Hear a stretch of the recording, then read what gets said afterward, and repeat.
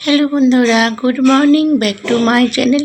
তোমরা কে কেমন আছো? অবশ্যই খুব খুব ভালো আছো, সুস্থ আছো। আমি তো ভালো নেই, তোমরা সকলেই জানো যে আমার মারই অপারেশান হয়েছে দাঁতের গোড়ায়। তো জয় জগন্নাথ বলে একটা ছোট্ট কমেন্টস করে একটা ছোট্ট ব্লগ। তো আমার বাড়ির জগন্নাথ দেব কীভাবে আমি পুজো সারলাম, আমার তো অসুস্থ, মারই অপারেশান হয়েছে, তাই জন্য আমি ছোট্ট করে আমি আমার মতনভাবে পুজো করলাম। তো সেটাই তোমাদের সঙ্গে শেয়ার করেছি, তোমাদের নিশ্চয়ই খুব ভালো লেগেছে।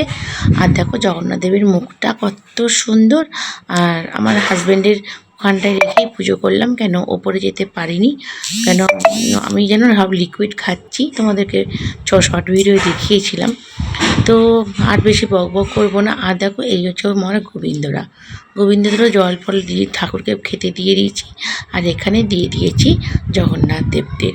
আর এই দেখো আমাকে দেখে বুঝতে পারছো আমার গালটা কত ফোলা।